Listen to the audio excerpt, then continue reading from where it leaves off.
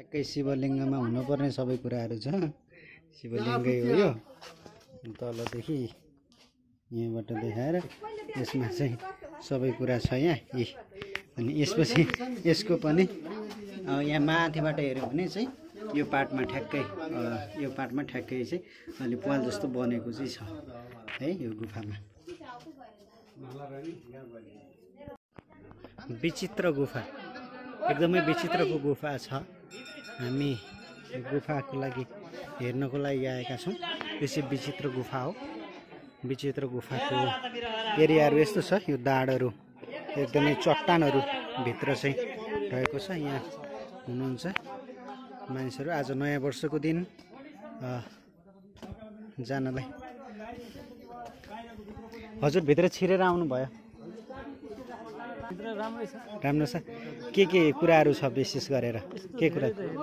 हजुर देखिनलाई मजाले देखिन्छ नि। यो मोबाइल हुने हल्का देखिन्छ न त अँध्यारो छ। यो मन्दिरको बाहिर चाहिँ भगवान शिवको वाहन नन्दी। यो चाहिँ अब शिवको मन्दिर हैन? शिव मन्दिर नन्दी पुजारी बाजे। यता चापी लगाएको भएर मान्छेहरू यसो उहाँहरू चाहिँ हेरेर आइसक्नु भयो। अहिले भित्र गइसक्नु भएर बाहिर आउनलाई चापी नहुँदाखेरि माथि नागेर आउँदै हुनुहुन्छ। पुजारी भित्र जानुभएको छ अरे। हामीले चाहिँ यसमा टर्चहरू हुँदाखेरि मात्रै देख्छौँ, नभए देख्दैनौँ भन्ने कुरा चाहिँ आएको छ। यो मन्दिर यो मन्दिर छ यता। यसै गरी सबैजना भित्रबाट चापी लगाएर चाहिँ बसिराखेका छौँ। सास फेर्न गाह्रो त भएन होइन नि? सबैलाई सजिलो छ नि होइन? भित्र हेरेर देखिन्छ मजाले। हामी जाने अब हामी भित्र छिर्न लाग्यौँ। अब हेरेको मान्छेहरू जान लाग्नुभयो। विचित्र गुफाभित्र चाहिँ यो गुफाभित्र ल अब हामी छिर्दैछौँ। हजुर हामीले यो पहिला टिकट काट्नुपर्छ 50 रुपियाँको। अनि त्यो टिकट काटिसकेपछि यहाँभित्र जाने प्रचलन छ। पहिला चाहिँ 25 रुपियाँको टिकट हुन्थ्यो। अहिले अब त्यो बढेर चाहिँ 50 रुपियाँको हुने छ। यहाँभित्र बनाएको हल कि नबनाएको? पहिल्यैदेखि बनाएको कि आफै बनाएको? पाइसकेपछि चाहिँ सभा गरे ल। यति कालो छ। ए यो कालो छ। अब हामीले चाहिँ भिडियो अफ गरेर अब टर्च बाल्न लाग्यौँ है। यहाँ पुजारी बाजेले देखाउँदै हुनुहुन्छ। हजुर ल पारिपट्टि नै नाम देउता खोमारे खोडा, यतापट्टि शङ्ख, नयाँ माथि शिवजीको त्रिशूल, त्रिशूलमाथि नाकको अगाडि शिव अगाडि तक्षकनाग र शिवका 3 नेत्रमा चाहिँ एउटा नेत्र बिचाउँदाहरू यस्तै मूर्तिहरू बनेका छन्। र अब हामी माथि कैलाश पर्वत जाने शिवजीको दर्शन गर्ने। शङ्ख ठ्याक्कै छ कि माथि पनि अर्को वर्ष त्यो वर्ष त झरिन्छ। अब कैलाश पर्वततिर लागौँ। यिनी सबै नेचुरल बनाएको भने सिँढी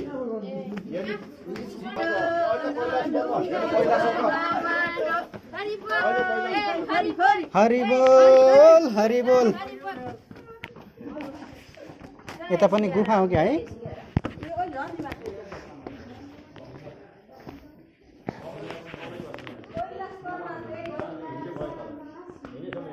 के चाहिँ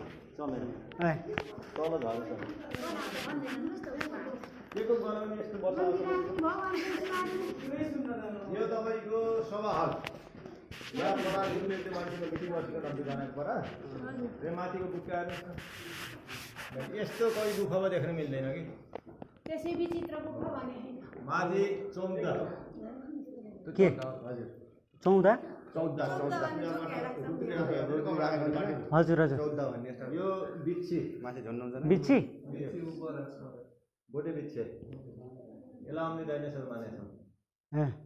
अब हामी यता मुख्य ठाउँ शिवजीको दर्शन गर्छौँ। कैलाश पर्वत यहाँनिर नाकको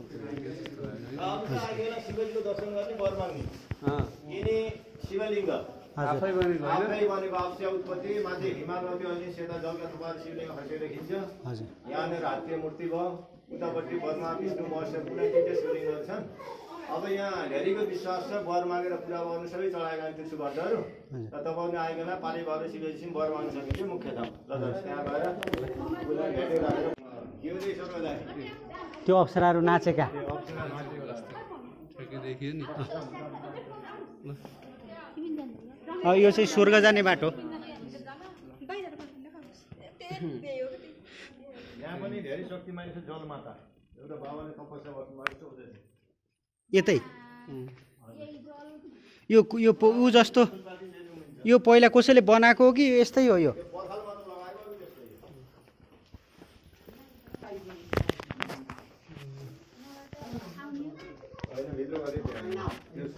त्यहाँ आएपछि सबै आएपछि त्यहाँ चाहिँ स्वर्गको जाने जस्तो बाटो छ त्यहाँ एउटा गेट बनेको छ हजुर त्यही यो धर्मात्मी जान्छन् पापी जान्छन् भने भित्र फेरि पुण्य हुन्छन् मान्छे 120 केजी गाई छिरिया छन् हजुर त्यो मान्छेलाई फुल भेटिन चढाउँछन् गएर स्वर्गमा हो त्यसै छिरिया जाने हो ती अहिले धेरै छन् तिनी आएपछि जाने होला त्यहाँबाट छिरिन्छ मजाले केको कति केजीको 120 भनेपछि जे होस् अहिलेसम्म कोही त अड्किया छैनन् धेरै अड्किएको तपाईँको धेरै अड्किए पछि निक्लिने बेला राम्रो निकाल्छौँ नि चढाएका कसैले ल्याएर अब पुरा भयो भन्दै ल्याएर 30 घन्टा चढाएका यहाँ माथि चाहिँ के छ यतासम्म छ गाईका छन् भाँचिसकेको छैनन् अलि यो त सबै स्वर्ग जाने बाटोको सजावट सब पढ्नेले अचम्मले बनाएको छ त्यो पहिला यो भेटाउनेहरू मध्ये तपाईँ पनि हुनुहुन्थ्यो कि हाम्रा बुवा हुनुहुन्छ म त घर थिएन 4-5 जना हजुर यहाँभित्र आउँदा आउँदै यति सेतो हुनुभयो क्या यहाँ सेतो भइन्छ अनि बाहिर घाम साम ऊ हुन नपाएर कुनै तपाईँले यहाँ विचार गर्नुहोस् त 2-4 दिन आएर सेतो भइन्छ कि देखिया त छैन नि म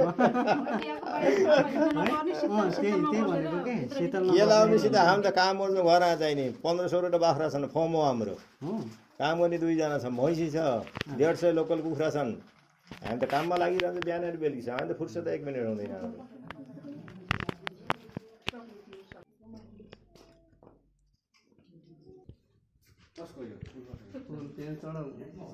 पुरै शिवलिङ्ग सिम बत्ती बाल्नु न ल्याउनुहोस् त एकछिन त्यो त निम्न दिन मिल्दैन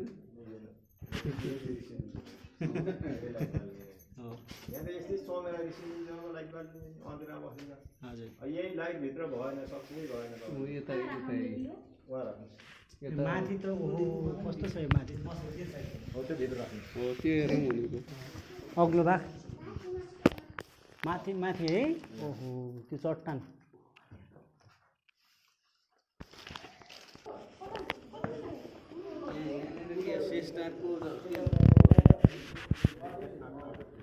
शेषनागको आकृति यो चाहिँ यो के आएको बा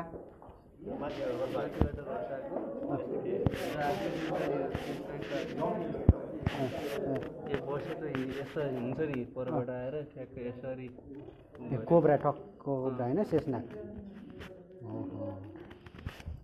यता यो के अरे बा यो खास तपाईँको यो कुखुरा भन्दा नि यसलाई रथ आउँछ नि पुष्प विमान यो चाहिँ पुष्प विमान यसैमा सीतालाई राखेर रावणले उडाएर लाँदाखेरि जटै भन्छ नि ठुङ्ग थाला चाहिँ सीतालाई छुट्याउन ल रावणले तलले पक्ष काटेर देखाएको यता पक्ष यो त्यो पक्रेसँगै छ नेहरू गरेर ठुङ्न थालेको मुनियाले विमान यसैले रामलाई बताउँछ नि सीतालाई लङ्कालाई भयो भने त्यही थाहा हुन्छ यसलाई जटाइ भन्छ गिद्ध जस्तो जटाइ हो रावणको काममा लेखेको हजुर रावणको ऊ होइन त्यो दशरथको मित भन्छ भन्नुभयो दशरथको मित जटाइ हो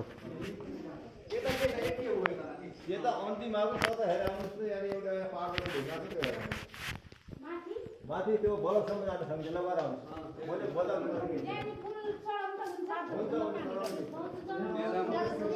माथि कहाँ जाने अरे धेरै त छैन त्यहीँनिर यो ढुङ पुरै पहेँलो हुन्छ लाइटबाट लाइट बल्दा बित्तिकै पहेँलो हुने है ढुङ्गा चाहिँ पारदर्शी ढुङ्गा अझै भित्तामा उस गर्ने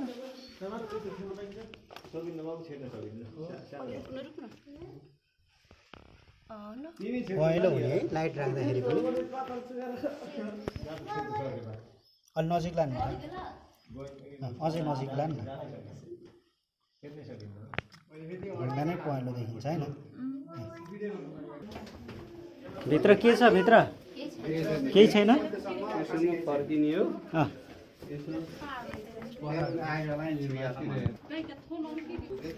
बल पनि बल्दैन रहेछ है धुपबत्ती बालेको त्यहाँ के छ भित्र केही छैन है भित्र हुन पनि ठ्याक्कै छ के कैलाश पर्वत तपाईँको ऐश्वर्यहरू नाचेको जस्तो हो अनि त्यो तपाईँको शेषनाग जस्तो बस्ने छ नि यथार्थै छ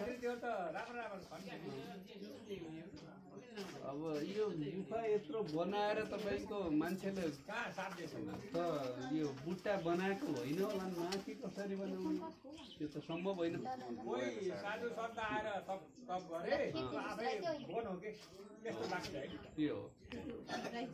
2045 साल कति भन्नुभयो हजुर हजुर हजुर हजुर हामी पहिला 4 जना थियौँ त्यसपछि हामीले अब सिडी बाँसका घारा ल्याएर पिजुका घारा ल्याएर या त एकदम या त धेरै खाल्डो थियो हजुर अनि हामी चढेर एकजना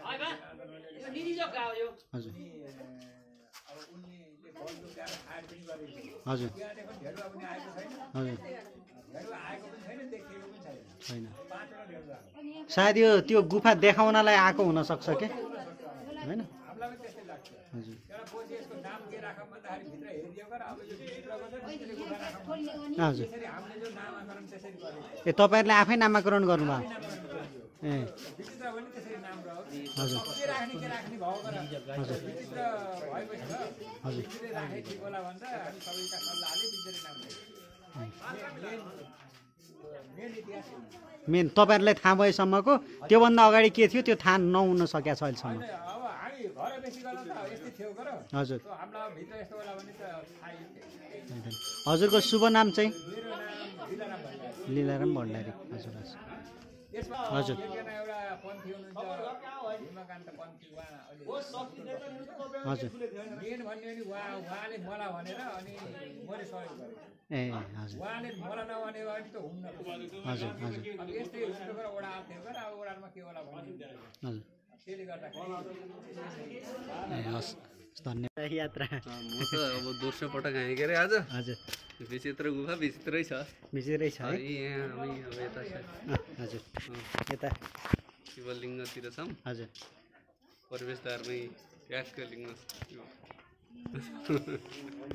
एउटा लिएर ल के याद गर्नुपर्छ याद गरेको जतिको भन्नुहोस् हामीले मोबाइलले त खासै हेर्न सकेनौँ होइन टर्च नबालिकन हुँदैन थियो भित्र चाहिँ अब बत्ती नबल्ने हजुर हुनाले सुरुमै हाम्रो प्रवेशद्वारमै हजुर शिवको लिङ्ग हामीले देख्यौँ हजुर त्यसपछि जब गुफाभित्र प्रवेश गरिसकेपछि हजुर प्रवेश गर्दै जाँदाखेरि अप्सराहरू नाचेको जस्तो ठ्याक्कै आकृति छ हजुर त्यसपछि अझै माथितिर सिडी चढ्दै गयौँ हजुर त्यहाँ चाहिँ शेषनाग बस्ने चाहिँ वासस्थान हजुर अनि वैकुण्ठपुरी हजुर विष्णुको चाहिँ वासस्थान त्यसपछि चाहिँ हामी सिधै माथितिर लागियो कैलाश पर्वततिर हजुर त्यहाँ कैलाश पर्वततिर जाँदै गर्दाखेरि त्यहाँ सवाल रहेछ हजुर दुर्कोट गाउँपालिकाको एकपटक सभा भएको स्थान हजुर त्यसपछि हामी कैलाश पर्वत ठ्याक्कै